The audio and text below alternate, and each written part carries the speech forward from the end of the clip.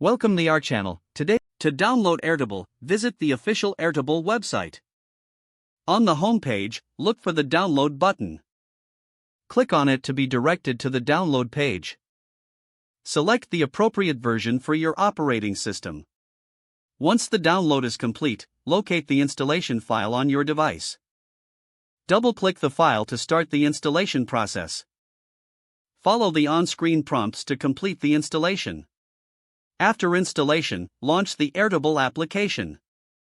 Sign up for a new account or log in if you already have one. Once you are logged in, create a new base by clicking on that Add a Base button. Choose to start from scratch or use a template that suits your needs. Now, let's explore how to automate with AI fields. In your base, click on the Automations tab at the top of the screen. Select Create an Automation. Choose a trigger for your automation, such as when a record is created. Next, specify the action you want to take, like sending an email or updating a field.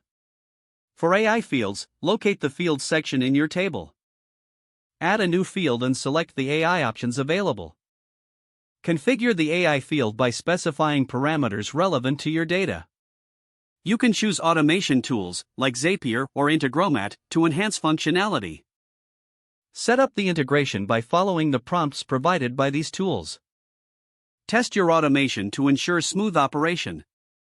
Once you are satisfied, activate the automation. Monitor its performance through the Automations tab. Make adjustments as needed to improve efficiency. Congratulations, you have successfully downloaded Airtable and set up AI field automation. If the page does not load, refresh the browser or try again in a private or incognito window.